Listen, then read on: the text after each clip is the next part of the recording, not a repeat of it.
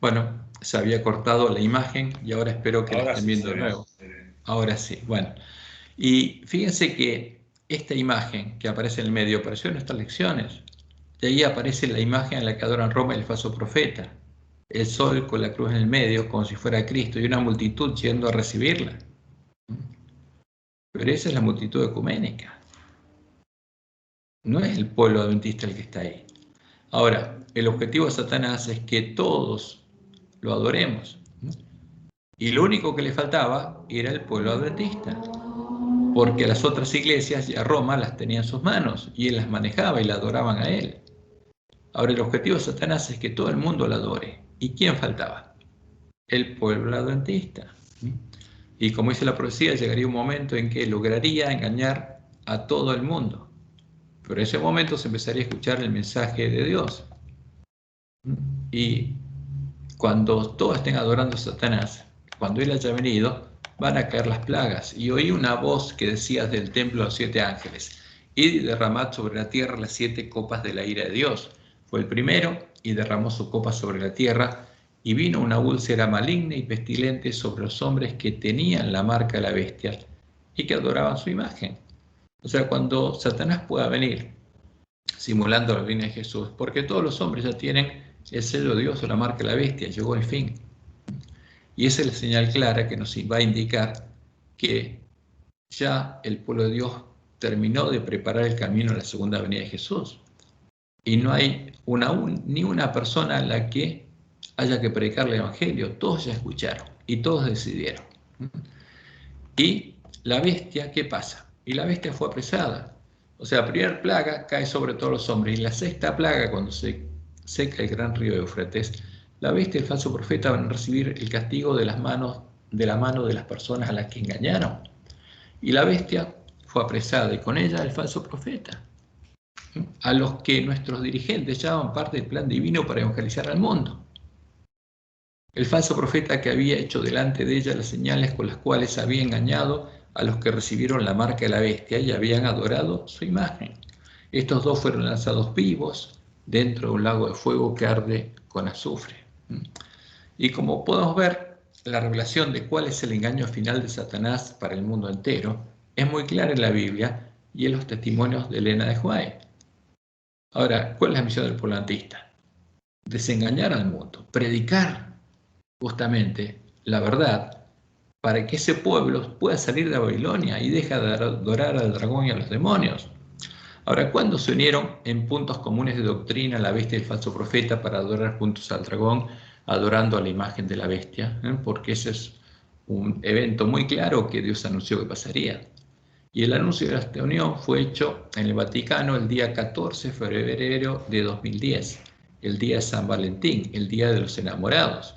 Y esta es una clara señal del tiempo en el que estamos viviendo. En ese momento empezó a desplegarse el rollo, como dice Elena White, se empezó a cumplir la profecía. Y frente a nuestros ojos quedó expuesto lo que pasó. Pero no podríamos ver esta señal mientras continuáramos durmiendo. Fíjense lo que Dios le reveló a Elena de White. Dice ella: la luz que tenemos acerca del mensaje del tercer ángel es la luz verdadera. La marca de la bestia es exactamente lo que se ha proclamado que es. Todavía no se comprende todo lo relacionado con este asunto y no se comprenderá plenamente hasta que se despliegue el rollo. Pero ¿qué pasaría cuando se comprendiera plenamente? Se llevará a cabo una obra de gran solemnidad en nuestro mundo. Cuando comprendiéramos, llegaría el tiempo más solemne de nuestro mundo. Y el conflicto de los siglos, Elena dice lo siguiente: cuando las iglesias principales de los Estados Unidos, uniéndose en puntos comunes de doctrina, ¿qué pasaría? Se unirían en puntos comunes de doctrina, influyan sobre el Estado para que imponga los decretos y las instituciones de ellas, como hizo Roma. Entonces la América protestante habrá formado una imagen de la jerarquía romana. En Estados Unidos se va a formar una bestia que va a ser similar a la bestia romana. La imagen de la bestia representa la forma de protestantismo apóstata que se desarrollará cuando las iglesias protestantes busquen la ayuda del pueblo civil para la imposición de sus dogmas. ¿Qué hizo la iglesia romana? se unió al Estado para imponer un dogma, el dogma de la Trinidad. ¿Y qué irían a hacer las iglesias protestantes? Primero se unirían a Roma en puntos comunes de doctrina, adoptarían como propios los dogmas de Roma y después se unirían al Estado para imponer esos dogmas, para hacer lo mismo que hizo Roma.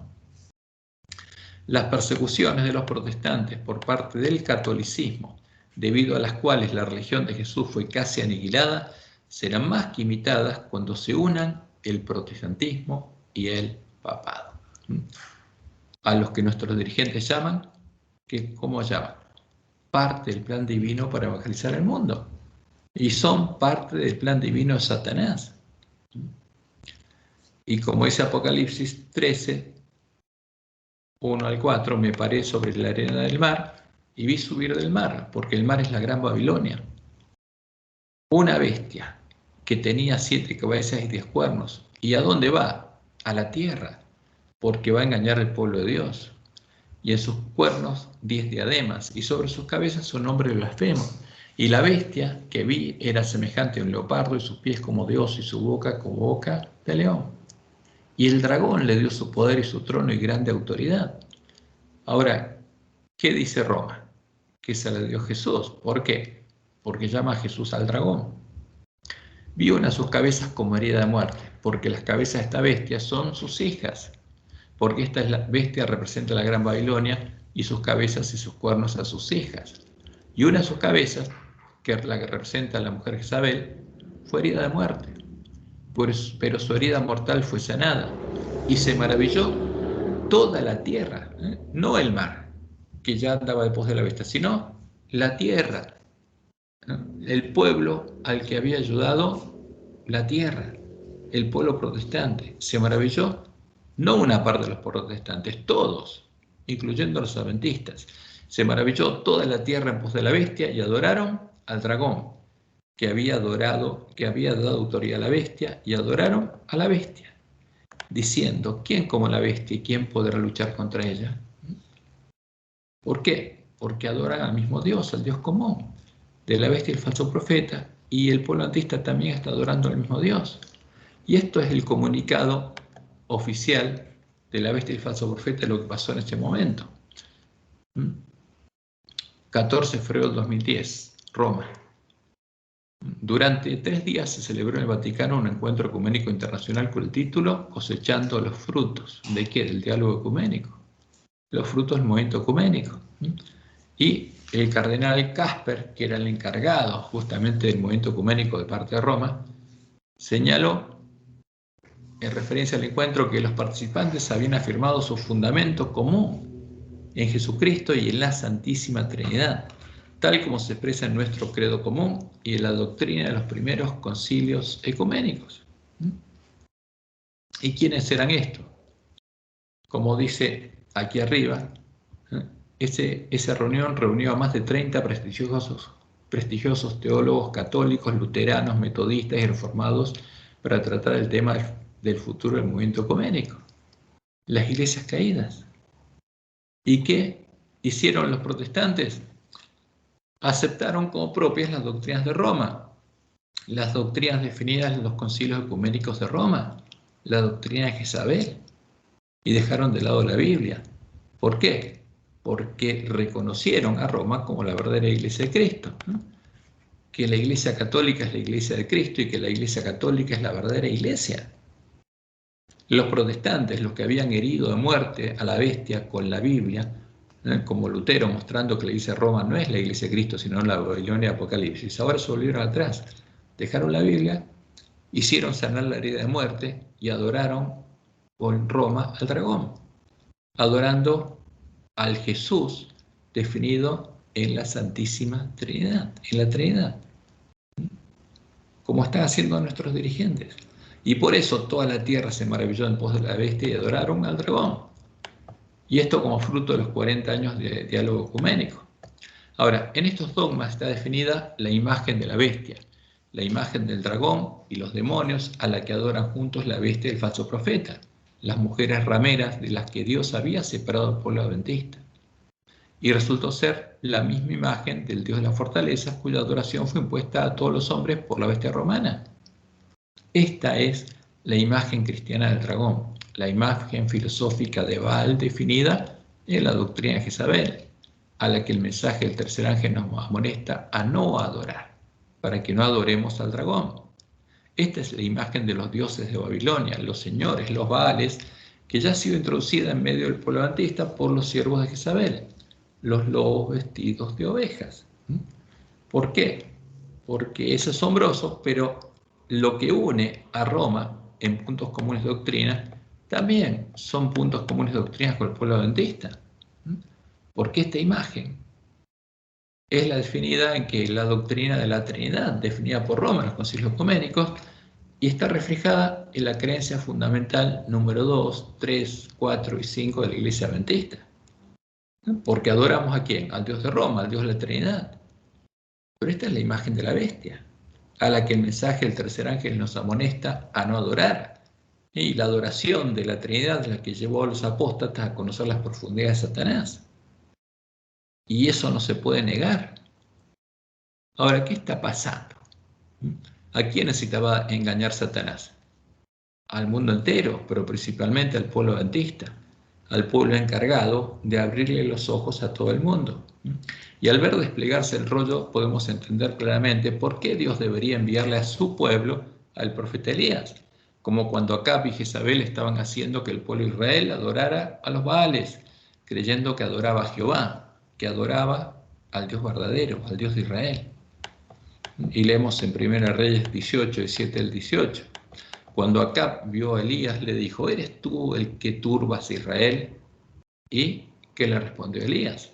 Yo no he turbado a Israel, sino tú y la casa de tu padre, dejando los mandamientos de Jehová y siguiendo a los Baales, a los señores de la gran Babilonia, a los dioses de Jezabel. Y vamos justamente como el objetivo es engañar al pueblo adventista, lo que nuestra lección debería enfocarse en los engaños de Satanás para el pueblo adventista, para advertirnos para que no seamos engañados. Pero justamente nuestra lección no hace eso, hace lo contrario. ¿Se podría engañar a las vírgenes sensatas con la mentira de la inmortalidad del alma y la mentira de la santidad del domingo, a las que nuestra lección hace referencia como los engaños finales de Satanás? Y no, ¿qué adventista cree en la inmortalidad del alma? ¿Qué adventista cree en la santidad del domingo? Ninguno. No se puede engañar al pueblo adventista con eso. Como Dios le mostró en Ajuay, el negar o ocultar las palabras de la verdadera profecía para dejar al pueblo adventista sin profecía es parte del último engaño de Satanás al pueblo remanente.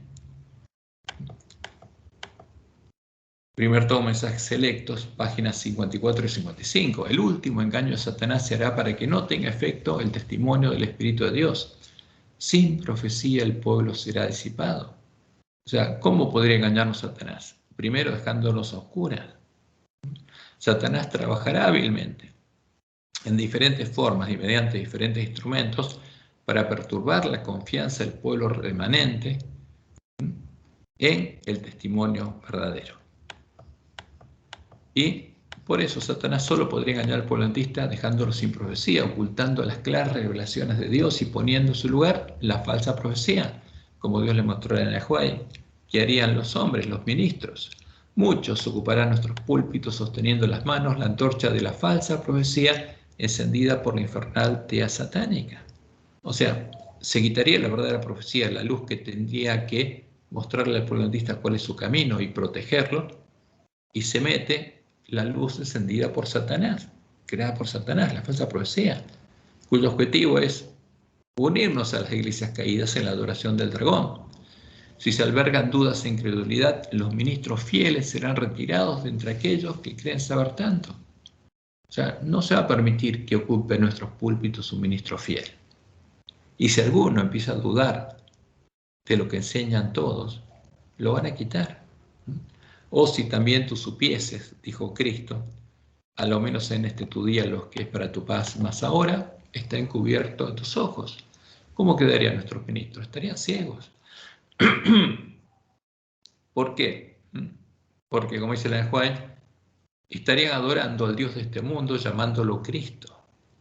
Entonces, el pueblo adventista quedaría a oscuras, sin la luz de la antorcha que le mostraba cuál es su identidad y cuál es su misión, y sería dirigido en dirección contraria, para que se volviera a unir a las mujeres caídas, adorar a sus dioses y fuera hecho parte de la sinagoga de Satanás.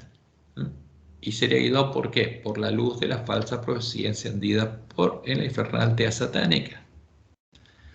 Lo que Satanás desea y debe impedir a toda costa y empeñaría todas sus fuerzas en lograrlo, es que el pueblo adventista complete su primer trabajo, recupere el conocimiento de la verdad, porque ese es mi primer trabajo del pueblo adventista.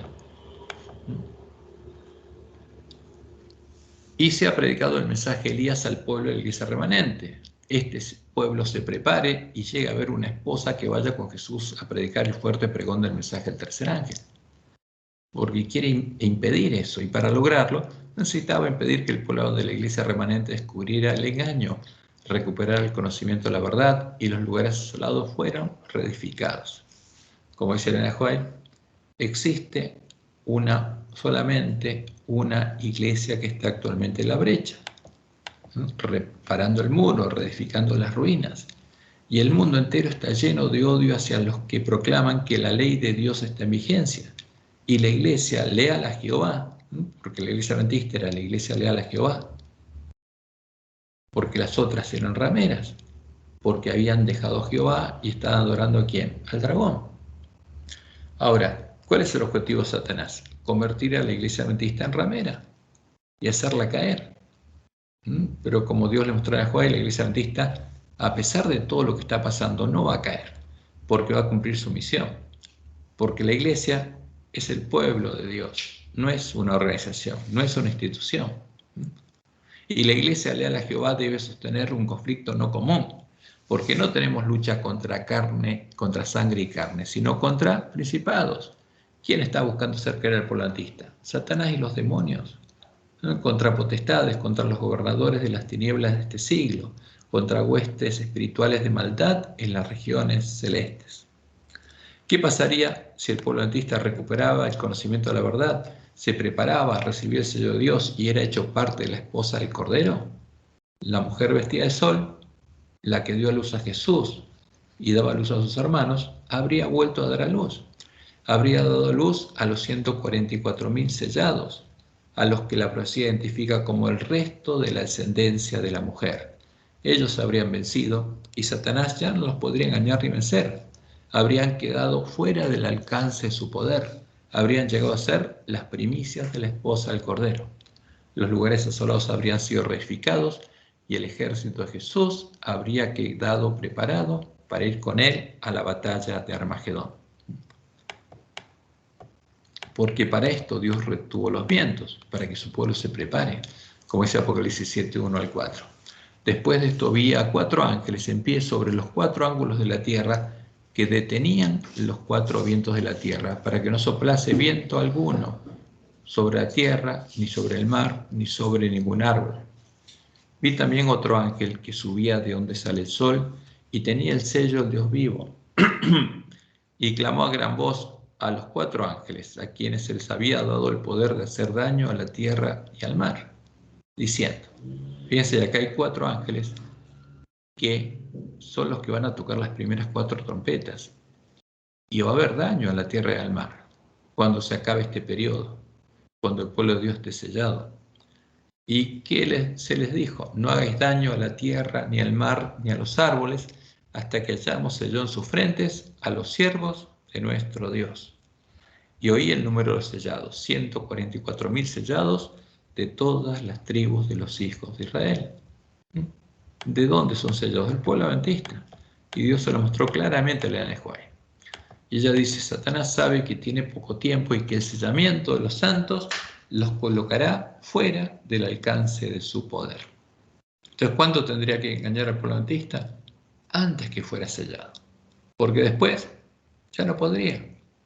Ya no podría engañar a sus escogidos, a las primicias de la esposa del Cordero, y el Cordero y ellos lo vencerían indefectiblemente en el día de la batalla de Armagedón. Y aquí tenemos el esquema que ya vimos de las etapas de desarrollo de la misión del pueblo adventista. O sea, en 1844 Dios llama al pueblo adventista y le dice que había llegado el tiempo de restaurar los lugares asolados.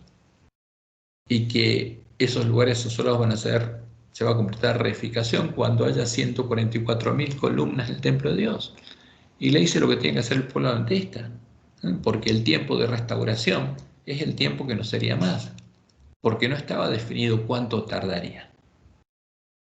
Dependía mucho del pueblo adventista, porque lo primero que tenía que hacer es reparar la brecha hecha por el Papa a la Santa Ley de Dios, para que después los lugares asolados fueran reedificados y finalmente, cuando hubiera 144.000 columnas, cuando hubiera una esposa en el templo de Dios, esa esposa es la que iría a predicar el fuerte pregón del mensaje del tercer ángel.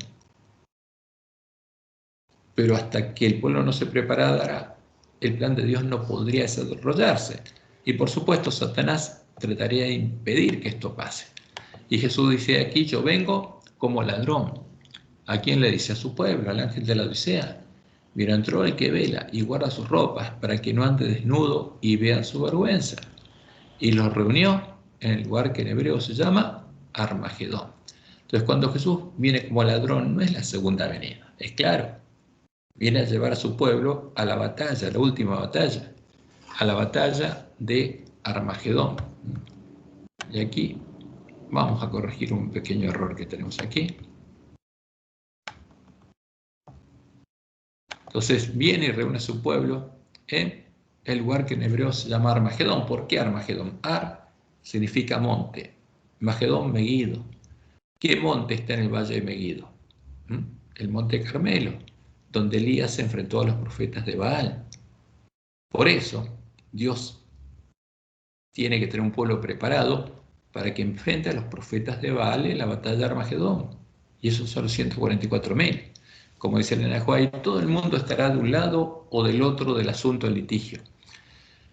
Tendrá lugar la batalla del Armagedón, y ese día no debe encontrar a ninguno de nosotros durmiendo. Debiéramos estar completamente despiertos, como vírgenes prudentes, que tenemos aceite en nuestras vasijas y en nuestras lámparas.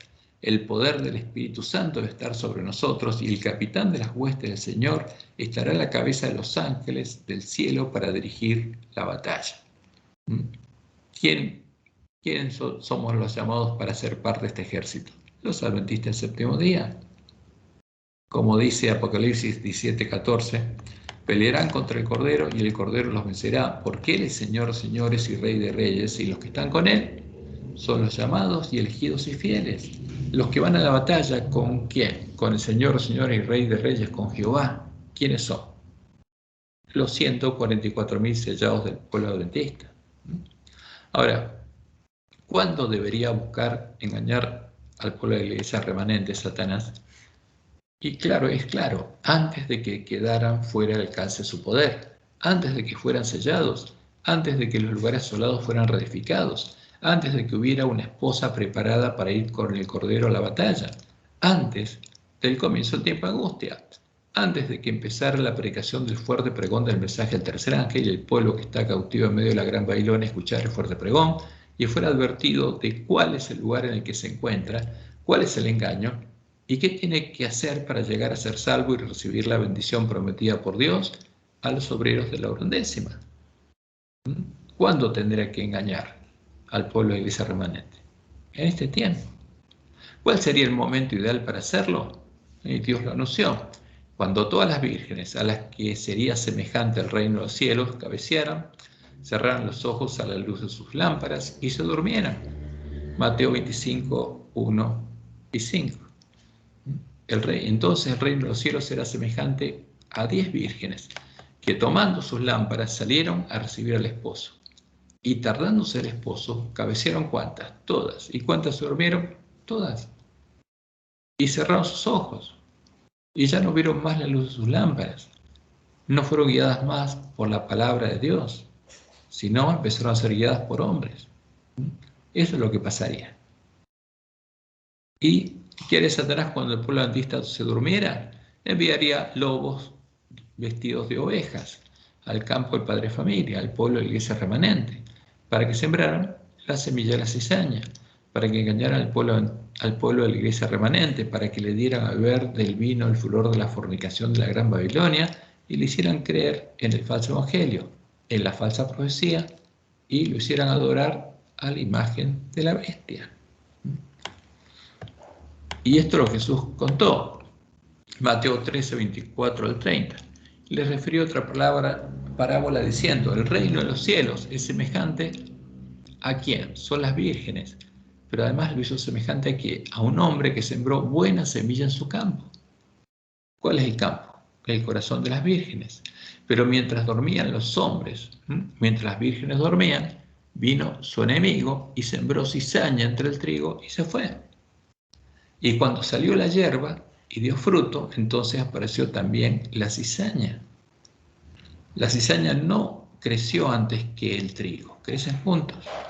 Vinieron entonces los siervos del padre de familia y le dijeron, Señor, ¿no sembraste buena semilla en tu campo? ¿De dónde pues tienes cizaña? Y él les dijo, un enemigo ha hecho esto. Y los siervos le dijeron, ¿quieres pues que vayamos y la arranquemos? Y él les dijo, no. ¿Los siervos de Dios van a arrancar algo? No, a nadie. No tienen que buscar ni arrancar ni a lobos, ni a cizaña, ni a nada. Él les dijo, no, no sea que al arrancar la cizaña arranquéis también con ella el trigo. Dejad crecer juntamente lo uno y lo otro hasta la siega. O sea, ¿qué hace germinar una semilla? La lluvia. ¿Qué hace germinar la semilla de la cizaña? La falsa lluvia. El falso Espíritu Santo. ¿Y estaría el falso Espíritu Santo en medio de la iglesia adventista? Sí, como Dios le mostró claramente en la de Juan. Y estaría buscando, porque el falso Espíritu Santo son los espíritus de demonios, que vienen como río, como si fuera el Espíritu de Dios, estarían buscando ¿qué cosa? Atrapar a los adventistas, como Dios les mostró en la visión del zarandeo. Ahora, ¿pero qué dice Jesús en su parábola? Dejad crecer juntamente lo uno y lo otro hasta la siega. Y al tiempo de la siega yo diré a los segadores, recoged primero la cizaña y atadla en manojos para quemarla, pero recoged el trigo en mi granero. Esa es la palabra de Dios. Y como resultado de la siembra de la semilla de la cizaña, los siervos de Satanás, los tolos vestidos de ovejas, habrían puesto delante de nosotros al falso Jesús, a la puerta ancha, por la que se entra a la sinagoga de Satanás, al lugar que es habitación de demonios, y el camino espacioso que lleva a la perdición, a conocer las profundidades de Satanás. Por esa causa Jesús nos advierte que no entremos por esa puerta y que lo busquemos hasta encontrarlo. Mateo 7, 15 al 27, y Dios le mostró a Juan que esto es para nosotros, porque esto se cumple en la iglesia adventista. Entrad por la puerta estrecha, dice Jesús. ¿Por qué es la puerta estrecha? Porque ancha es la puerta y espacioso el camino que lleva a la perdición. Porque hay otra puerta, hay otro camino. Y no es Jesús, pero lo llaman Jesús. Y muchos son los que entran por ella, van a ser engañados. Porque estrecha es la puerta y angosto el camino que lleva a la vida, y pocos son los que la hallan. ¿Por qué habría que buscarla y encontrarla? Porque la verdad fue echada por tierra. Y esa es la misión del pueblo adventista. Ahora, cuando nos despertáramos, los que tuvieran hambre y sed de justicia, la buscarían y la encontrarían. ¿Y qué pasaría con los muchos que entren por la puerta ancha que los lobos pusieron delante de nosotros? Muchos me dirán aquel día, Señor, Señor, ¿no profetizamos en tu nombre? Y en tu nombre echamos fuera demonios y en tu nombre hicimos muchos milagros. ¿No nos diste poder e hicimos todo esto? Y dice Jesús, entonces les declararé, nunca os conocí. Apartados de mí, hacedores de maldad. ¿A quién le dice esto? A los muchos que entraron por la puerta ancha, recorrieron el camino espacioso que lleva a la perdición, llegaron a conocer las profundidades de Satanás y se convirtieron en hijos del Padre de maldad, en hacedores de maldad. Cualquiera pues que me oye estas palabras y las hace, dice Jesús, ¿qué tiene que hacer? Buscarlo a Él, encontrarlo, entrar por la puerta angosta para recorrer el camino angosto. Le compararé a un hombre prudente que edificó su casa sobre la roca, sobre Jehová. Descendió lluvia y vinieron ríos y soplaron vientos. ¿Quién viene? El falso Espíritu Santo. Y golpearon contra aquella casa. ¿Y le pudieron hacer caer? No. Y no cayó, porque estaba fundada sobre la roca. Pero cualquiera que me oye estas palabras y no las hace, le compararé a un hombre insensato que edificó su casa sobre la arena. sobre la falsa roca que son dioses. Y descendió la lluvia, y vinieron ríos, y soplaron vientos, y dieron con ímpetu contra aquella casa, y cayó. Y fue grande su ruina. ¿Por qué? Porque este río lo arrastró. Los espíritus de demonios lo hicieron parte de su habitación. Y fue grande su ruina. Ese es el problema. Esta es la advertencia de Jesús. Cuando ponemos línea sobre línea las palabras de Jesús, la profecía de Jesús resulta sumamente clara. En nuestro tiempo, el reino de los cielos, el campo del Padre de Familia, somos nosotros, las vírgenes que salieron a recibir al esposo, los miembros de la iglesia remanente. En el tiempo de tardanza, mientras todas las vírgenes dormían, mientras los siervos del Padre de Familia dormían, entró el enemigo, enviando a los siervos de Jezabel vestidos de ovejas, y sembró en nuestros corazones la semilla de la cizaña, la doctrina de la cual nacen las plantas de cizaña. Puso delante nuestro a la puerta ancha y el camino espacioso que lleva a la perdición. Puso la comida y la bebida de la mesa de los borrachos, la comida y la bebida de la mesa de Jezabel. Esa es la causa por la que Babilonia habría caído y el mensaje del segundo ángel habría vuelto a ser verdad presente. Como Dios le mostró en el cual, y ella lo dijo claramente, habrá aún entre nosotros mercenarios y lobos con piel de oveja, disfrazados de adventistas.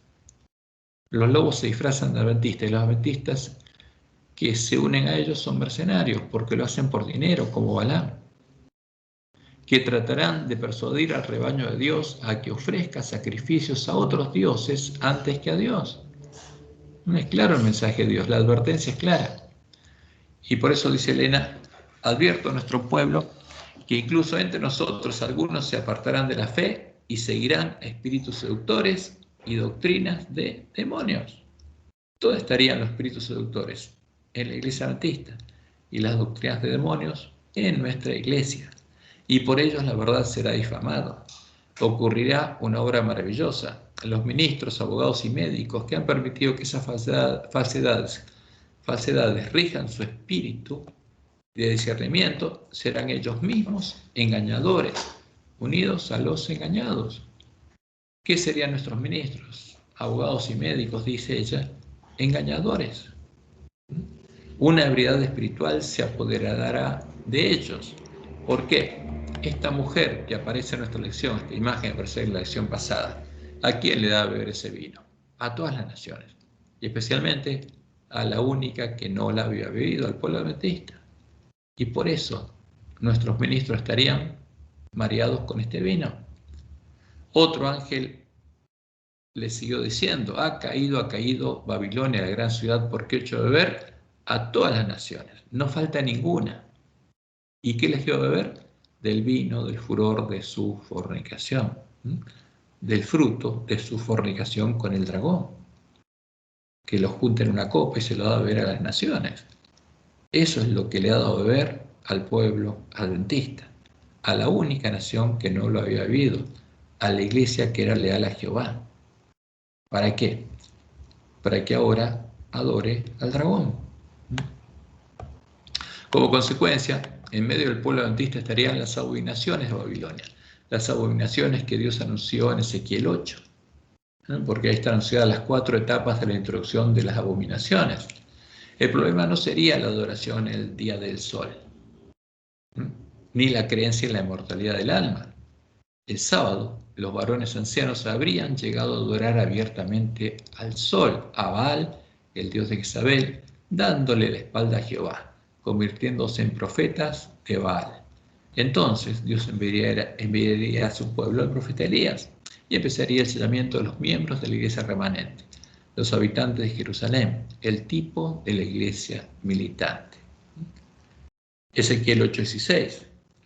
Y me llevó al atrio de adentro de la casa de Jehová, y aquí, junto a la entrada del templo de Jehová, entre la entrada y el altar, como 25 varones, sus espaldas vueltas al templo de Jehová, vueltas ¿a quién? A Dios, y sus rostros hacia el oriente, y adoraban al sol, al dios de Babilonia, postrándose hacia el oriente. Y nuestra lección, el autor de nuestra lección dice que esto pasó en Israel, pero no pasó en Israel. porque Dios le mostró claramente a Elena que esto ocurre, y está claro en Ezequiel 9, en el tiempo de sellamiento de su pueblo. Y eso ocurre en la última generación, esto es una profecía. El preterismo pretende hacernos creer que esto ocurrió, esto no ocurrió. En el tiempo de Israel no existían las abominaciones que fueron creadas después y que están descritas en Ezequiel, como la segunda abominación, ¿no? Que eso es parte de las meditaciones ignacianas creadas por Satanás por medio de Ignacio de Loyola. Eso no existía en el tiempo de Israel, no practicaban la meditación ignaciana. Eso es algo que se introdujo en la Iglesia Adventista ahora, a la que Elena de White denomina como la omega de las herejías mortíferas sobre la presencia y la personalidad de Dios. Pero vamos adelante. Esto es lo que dijo Dios que estaría pasando en la Iglesia Adventista. ¿Está pasando? Sí. Y ahí viene el tiempo de sellamiento. Y la gloria del Dios de Israel se elevó de encima del querubín sobre el cual había estado al umbral de la casa, y llamó Jehová al varón vestido de lino que tenía a su cintura el tintero escribano. ¿Un símbolo de quién? Del que sella, del Mesías, el que va a escribir el nombre de Dios en la frente de los vencedores. Y le dijo Jehová: pasa por en medio de la ciudad, por en medio de Jerusalén. ¿Dónde? ¿Por Babilonia? No, esto no ocurre en Babilonia, ocurre en Jerusalén, en medio de la iglesia remanente. Y ponles una señal en la frente a los hombres que gimen y que claman a causa de todas las abominaciones que se hacen en medio de ella. ¿Por qué? Porque el plan de Satanás tuvo éxito. Logró lo que quería. Engañó al pueblo, está engañado. Los dirigentes están engañados, los sacerdotes están engañados, el pueblo está engañado. Y ahí ese pueblo tiene que ser despertado, ahí tiene que oír el mensaje de Elías. Y a los otros dijo, ¿por qué? Porque va Jesús sellando y detrás vienen los espíritus de demonios, los que buscan matar, como Dios lo mostró en la profecía de Joel y también en Apocalipsis 9, esos varones de larga cabellera que vienen con instrumentos para destruir, porque son siervos del destructor. Y a los otros dijo, oyéndolo yo, pasad por la ciudad en pos de él y matad. Ahora, ¿qué pasa? El que no recibe el sello de Dios es hecho parte de la sinagoga de Satanás. Matar significa hacerlo parte de su habitación, parte de la sinagoga de Satanás, como Dios le mostró a Juan en la visión del zarandeo.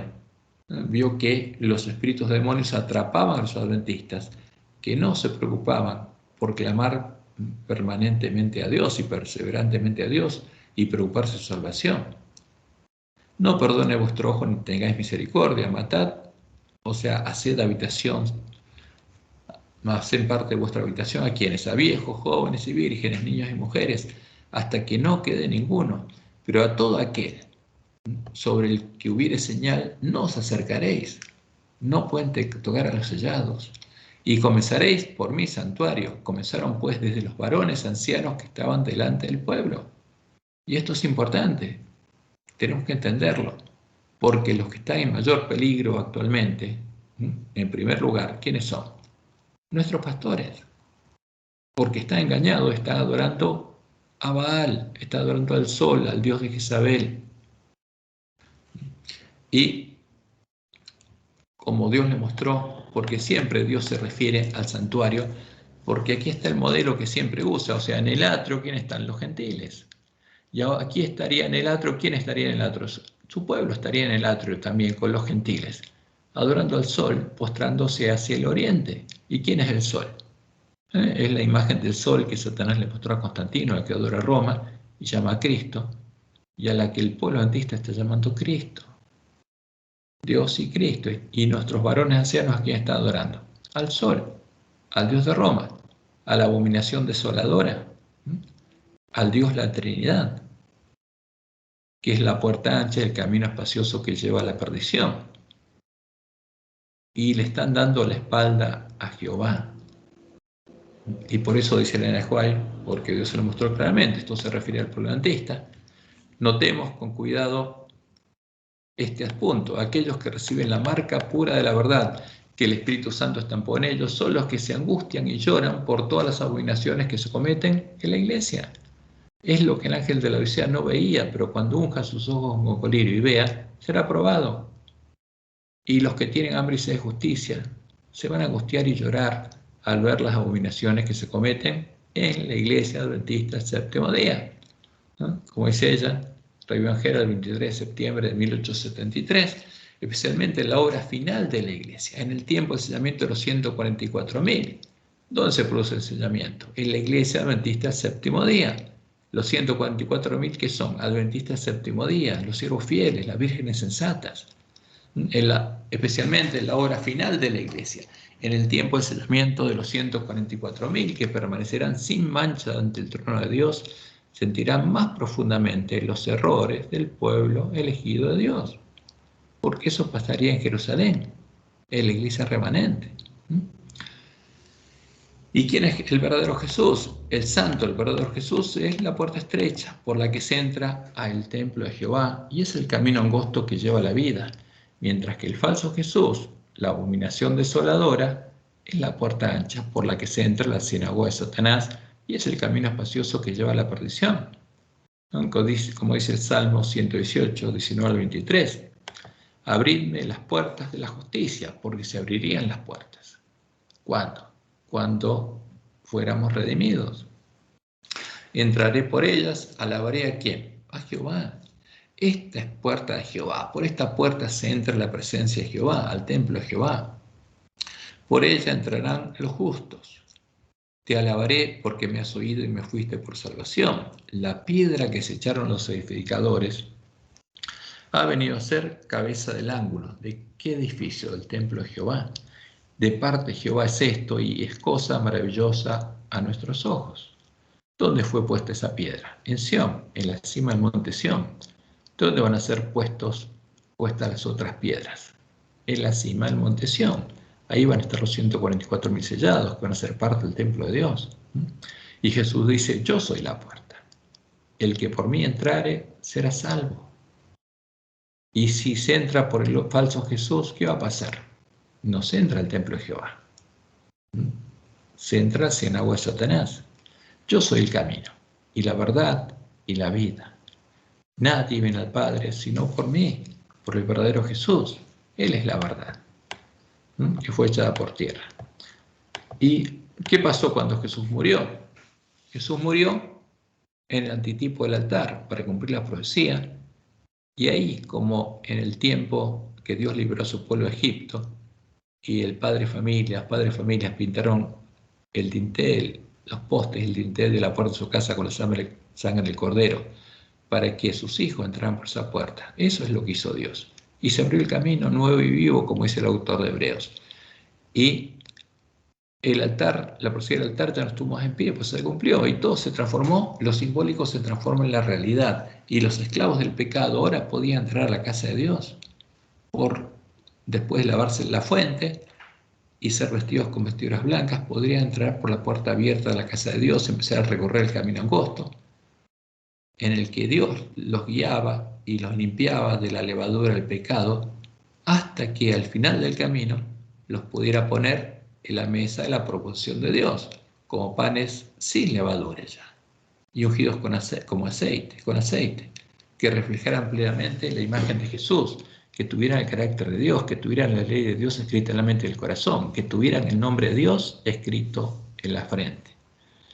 Y esa es la promesa. Ahora, ¿pero qué tenía que pasar? Como dice Jesús, de cierto os digo que si el grano de trigo no cae en la tierra y muere, queda solo. Pero si muere, lleva mucho fruto. ¿Cuál es la verdadera semilla de trigo? Es el verdadero Jesús. ¿Y cuál es la semilla de la cizaña? Es el falso Jesús. Es el anticristo, es la imagen de Satanás. La semilla de trigo es la palabra del reino y es el verdadero Jesús, la semilla de la cual cuando recibe la lluvia temprana y germina en nuestros corazones, nacen las plantas de trigo, los hijos de Dios y hermanos de Jesús, y crecen hasta tener espiga con fruto, hasta reflejar plenamente la imagen de Jesús. Y la semilla de la cizaña es el falso evangelio y el falso Jesús, el falso trigo. la semilla de la cual, cuando recibe la falsa lluvia temprana, la que los hace habitación de demonios, y germina esta semilla en nuestros corazones, nacen las plantas cizaña, los hijos del diablo, y crecen hasta tener fruto, hasta reflejar plenamente la imagen de Satanás, hasta ser hacedores de maldad, hijos del padre maldad y parte de la simiente de la serpiente. En vez de ser la simiente de la mujer, son parte de la simiente de la serpiente. Y de esto depende. Y en este tiempo, todos vamos a entrar por una puerta por otra y vamos a terminar siendo parte de la simiente de la serpiente y tener la marca de la serpiente, la marca de la bestia, la marca del dragón escarlata, o hijos de Dios y hermanos de Jesús. Los adventistas que sean seducidos y entren por la puerta ancha de la sinagoga de Satanás se van a convertir en siervos malos y en engañadores. Van a recibir poder y, como lo hará el falso profeta en el tiempo de angustia para poder engañar a sus hermanos, en el tiempo de nuestra prueba van a usar ese poder para hacer milagros en el nombre de Jesús y van a perseguir y van a golpear a los siervos fieles, porque se van a transformar en hijos del padre maldad. Y como Dios le mostró claramente a Elena de White, eso va a ocurrir en el tiempo de prueba de la Iglesia Adventista, en este tiempo, antes del comienzo del tiempo de angustia. Entre las trampas más temibles del gran seductor figuran las enseñanzas engañosas y los fementidos milagros del espiritismo. Disfrazado como ángel de luz, el enemigo tiende sus redes donde menos espera. Si tan solo los hombres quisieran estudiar el libro de Dios, orando fervientemente por comprenderlo, no serían dejados en las tinieblas para recibir falsas doctrinas, porque las falsas doctrinas son las que le abren la puerta a los demonios. Pero como rechazan la verdad, resultan presa fácil para la seducción, porque los espíritus seductores afectan los sentidos. Y como dijo Pablo a Timoteo, y también todos los que quieran vivir piadosamente en Cristo Jesús padecerán persecución. Mas los malos hombres y los engañadores irán de mal en peor, engañando y siendo engañados. Y la iglesia se va a dividir en dos grupos. Y dice Elena, la forma como Cristo obró consistió en predicar la palabra y en aliviar los sufrimientos mediante obras milagrosas de curación. Pero se me ha dicho que hoy no podemos obrar en la misma forma, porque Satanás ejercerá su poder realizando milagros. ¿Quién va a hacer milagros en la iglesia adventista para engañar al pueblo adventista? Satanás. ¿Y qué le mostró Dios a Elena de White? Que él no va a hacer milagros. No va a haber un concurso de quién hace más milagros. Pero le va a permitir a Satanás hacerlo. ¿Por qué? Porque la verdadera fe no viene por el ver milagros, viene por el oír, y el oír por la palabra de Dios. Los siervos de Dios de hoy no podrían obrar mediante milagros porque se realizarán obras espurias de curación que se harán pasar por divinas. Ahora, nuestra lección tendría que estar advirtiéndonos de esto, de lo que Satanás va a hacer para engañarnos. Pero por supuesto, la falsa profecía, ¿qué hace? Lo oculta para que creamos que esto viene de Dios. ¿Y qué dice Elena de White? El pueblo de Dios no hallará seguridad en la realización de milagros porque Satanás los imitará. Pronto ocurrirán escenas maravillosas con las cuales Satanás estará estrechamente relacionado. La palabra de Dios declara que Satanás obrará milagros. ¿Para qué? Para engañar al pueblo adventista. Hará enfermar a la gente y después quitará repentinamente de ella su poder satánico. Eso hará que se considere sanados a los enfermos. Estas obras de curación aparente pondrán a prueba a los adventistas. Ahora, ¿cuándo Satanás puede obrar? Cuando se le invoca. ¿Y cuándo se le invoca? Cuando se le ora a la abominación desoladora. Cuando se le ora al Dios de Roma, Satanás va a contestar para que creamos que el Dios de Roma es el Dios verdadero. Algunos adventistas del séptimo día serán tentados a recibir estas cosas portentosas como si procedieran de Dios. Los enfermos sanarán ante nosotros, ocurrirán milagros ante nuestros ojos. Y estamos por verlos cada vez más. Si aquellos por quienes se realizan curaciones están dispuestos en vista de estas manifestaciones a excusar su descuido de la ley de Dios y prosiguen desobedeciendo, porque no guardan los mandamientos de Dios, aunque tengan poder en todo sentido. Tal cosa no significa que posean el gran poder de Dios. Por el contrario, es el poder obrador de milagros del gran engañador. ¿Obrando dónde? En la iglesia adventista del séptimo día. Por eso Jesús fue claro. En Apocalipsis 3:9 nos dice que los vencedores van a ser parte del templo de Dios y el resto de la sinagoga de Satanás. Y como dice Apocalipsis 3:9, he aquí, yo entrego de la sinagoga de Satanás a los que se dicen ser judíos, cristianos, y no lo son, sino que mienten.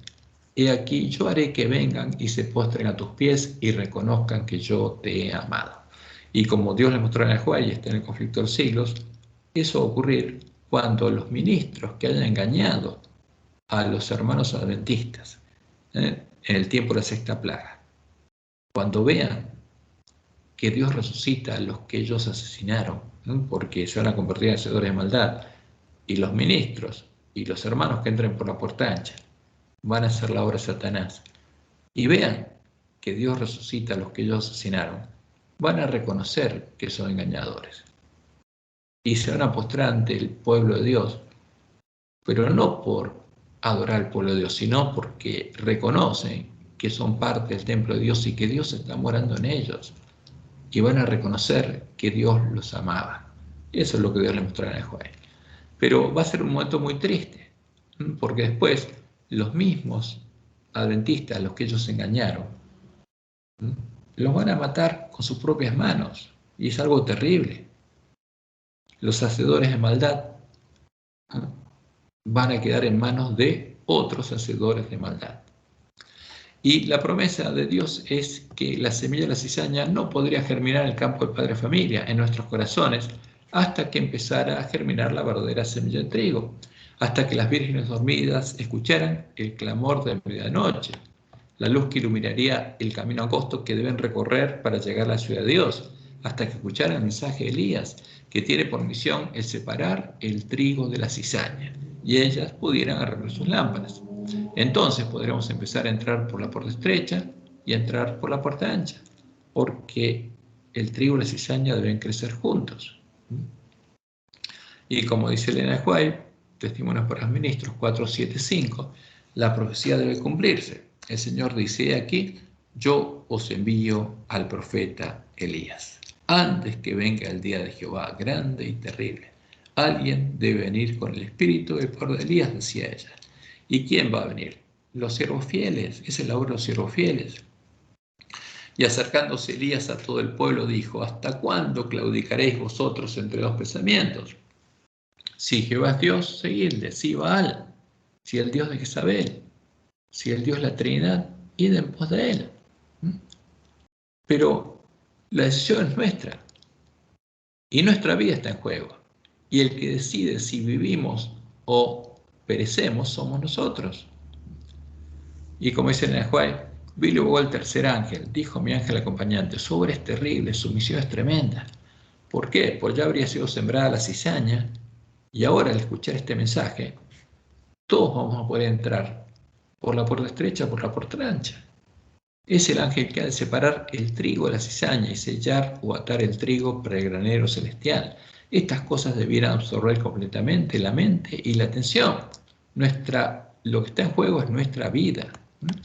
Entonces, las vírgenes sensatas, después de arreglar sus lámparas, entrarían por la puerta estrecha al reino de Dios, nacerían de Dios y empezarían a recorrer el camino angosto que las llevaría a la ciudad de Dios, a la cima del monte de Sión, haciendo la obra que Dios le encargó hacer a los siervos fieles y prudentes, para estar preparadas y poder entrar con el esposo a las bodas. Y a la medianoche se oyó un clamor, y ahí viene el mensaje de Elías. Aquí viene el esposo, salid a recibirle. ¿Por qué? Como dijo Jesús, sermón profético, veríamos las señales de los tiempos, veríamos la unión en puntos comunes de doctrinas, vendríamos la formación de la triple alianza, sabríamos cuál es la imagen de la bestia, y ahí seríamos probados. Entonces todas aquellas vírgenes se levantaron y arreglaron sus lámparas.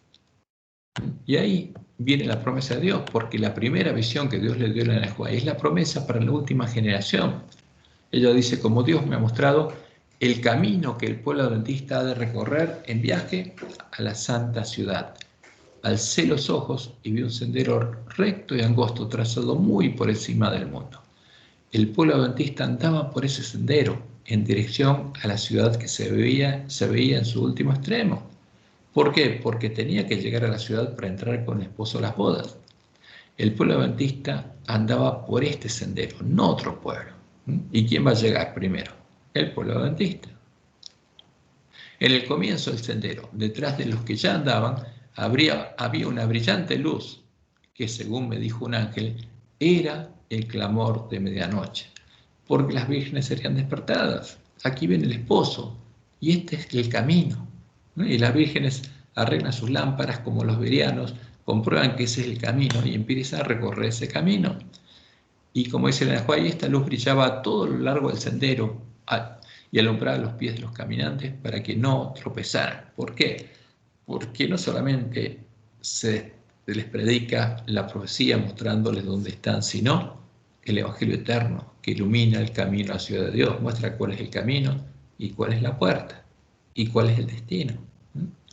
Y a partir de ese momento se volvería a cumplir la parábola del sembrador, porque volvería a ser sembrada la semilla del reino. Después de muchísimos años, después de que al final del siglo XIII se echó por tierra la verdad, y quedaría manifiesto de qué clase de tierra está compuesto el terreno de nuestro corazón, porque eso pasa cuando se siembra la semilla del reino. Y hay 4 tipos de terreno. La tierra que está junto al camino, símbolo de los hombres que confían en los hombres, como Dios dice, maldito el hombre que confía en el hombre. ¿Por qué? Porque te pueden llevar a cualquier lado y permiten que los hombres que pasan por el camino, los siervos del malo, arranquen la semilla del reino. Porque si no es lo que está en el credo, lo van a arrancar. Y después está la tierra llena de pedregales, que al venir la persecución por causa de la palabra, hace que la persona que había recibido con gozo la palabra del reino y nacido de Dios y había empezado a predicar justamente el Evangelio del reino a sus hermanos, se vuelve atrás por la persecución y se seque la planta de trigo que había germinado en su corazón. Y también está la tierra llena de espinos, que son las preocupaciones por las cosas de este mundo, que ahogan a la semilla del reino e impiden que crezca en ese corazón. Y está la buena tierra, ¿no? Que es el corazón de los siervos fieles y prudentes, de la que los siervos malos no pueden arrancar la semilla del reino, ni la persecución de los siervos malos hace que se vuelvan atrás, ni son atrapados por las preocupaciones de las cosas de este mundo, sino siguen adelante hasta dar fruto, hasta llegar a la ciudad de Dios y recibir el sello de Dios. Y eso es lo que está pasando ahora en nuestra iglesia.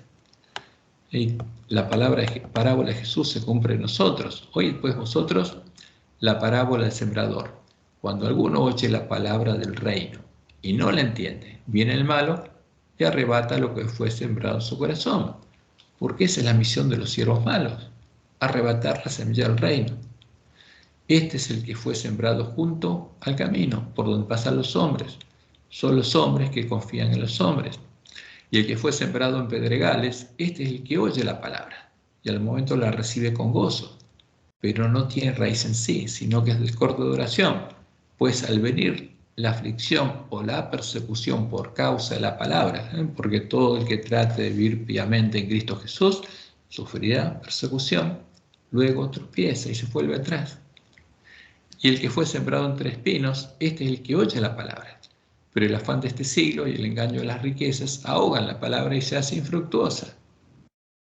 Y no puede crecer ahí. Mas el que fue sembrado en buena tierra, este es el que oye y entiende la palabra y da fruto y produce a 100, a 60 y a 30 por uno. Y la separación final de las plantas de trigo y cizaña con fruto recién se hará al final del tiempo de nuestra prueba, cuando finaliza el llamado a Jesús el ángel de la Odisea y llega a su fin el tiempo de las 7 iglesias, porque el tiempo de las 7 iglesias dura hasta ahí, no llega hasta la segunda venida, porque el tiempo de la 7ª iglesia termina cuando Jesús deja de llamar. Ahí termina el tiempo de la iglesia militante. Y luego de esta separación llega el día de Jehová.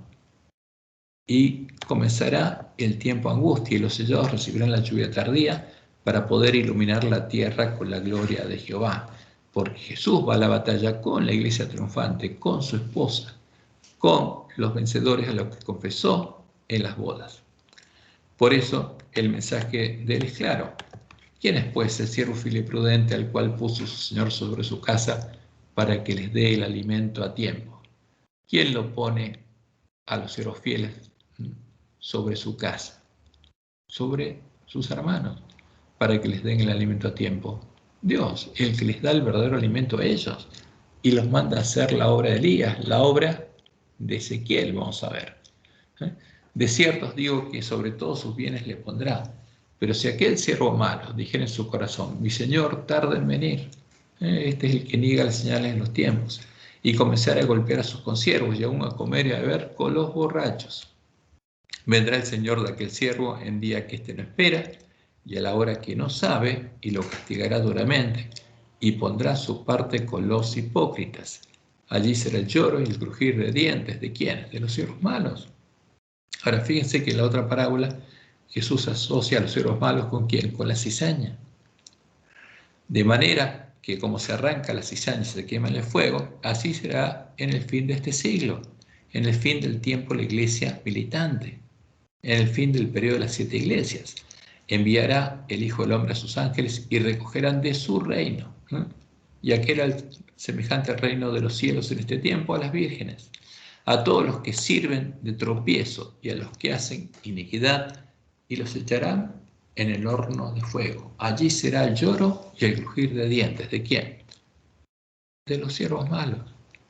Entonces los justos resplandecerán como el sol en el reino de su Padre. Ahí el trigo recibe la lluvia tardía y sale a predicar el fuerte pregón. El que tiene oídos para oír, oiga. Y Jesús está repitiendo lo que dice la profecía de Malaquías 4, 1 al 3. Porque aquí viene el día ardiente como un horno, y todos los soberbios y todos los que hacen maldad serán estopa. Aquel día que vendrá los abrazará, ha dicho Jehová de los ejércitos, y no les dejará ni raíz ni rama. ¿A dónde? En el campo de padre de familia, van a ser arrancados de ahí. Mas a vosotros, los que tenéis mi nombre, nacerá el sol de justicia, y en sus alas traerá salvación, y saldréis y saltaréis como becerros de la manada, porque este es el ejército que va con Jesús a la batalla. Hollaréis a los malos, los cuales serán ceniza bajo las plantas de vuestros pies, en el día en que yo actúe, ha dicho Jehová de los ejércitos. En el día de Jehová. Y en la profecía de Ezequiel 9, solo Ezequiel es sellado. Cuando uno la lee detenidamente se da cuenta que hay un solo sellado, y es solo Ezequiel. Solo queda él entre los vivos, porque él es el tipo de los siervos fieles que van a estar haciendo la obra de Elías, dándoles el verdadero alimento a tiempo a sus hermanos y amonestándolos a volverse a Jehová, antes de que Dios deje llamarlos y los deje en manos de los que ellos están adorando. Ezequiel 3, 17 a 19. Hijo de hombre, esto es lo que Dios le dice a Ezequiel cuando lo llama. Yo te he puesto por atalaya a la casa de Israel. ¿Para qué? Para que le des el alimento a tiempo. Oirás pues tú la palabra de mi boca y los amonestarás de mi parte. Cuando yo dijere al impío, de cierto morirás, y tú no le amonestares ni le hablares, para que el impío sea percibido su mal camino a fin de que viva, porque cuando Dios amonesta y manda mensajes para que el que lo oye viva, y alguien no lo dice y lo oculta, el impío morirá por su maldad, pero su sangre demandaré de tu mano. ¿Por qué? Porque actuaste en forma malvada, dejaste que muera, no le diste el verdadero alimento a tiempo. Pero si tú amonestares al impío y él no se convirtiera en su impiedad y en su mal camino, él morirá por su maldad, porque eligió morir, pero tú habrás librado tu alma. Y en Ezequiel 33:11 vuelve a decir Jehová, dile Diles, vivo yo, dice Jehová el Señor, que no quiero la muerte del impío, sino que se vuelva el impío de su camino y que viva. O sea, mientras Dios amonesta a su pueblo, es porque es tiempo de gracia. Porque cuando pasa el tiempo de gracia, no se va a oír más la voz de Dios. Jesús va a vomitar al ángel de la odisea de su boca. No quiero la muerte del impío, sino que se vuelva el impío su camino y que viva. Volveos, volveos de vuestros malos caminos. ¿Por qué moriréis, oh casa de Israel? ¿Y qué dice Ezequiel? En Ezequiel 9, en esta experiencia. Ezequiel 9 del 8 al 10. Porque Ezequiel no estaba en el templo. Esta es una visión simbólica, una profecía para nuestro tiempo.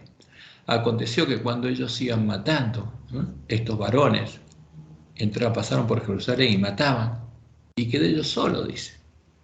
Murieron todos en el remanente.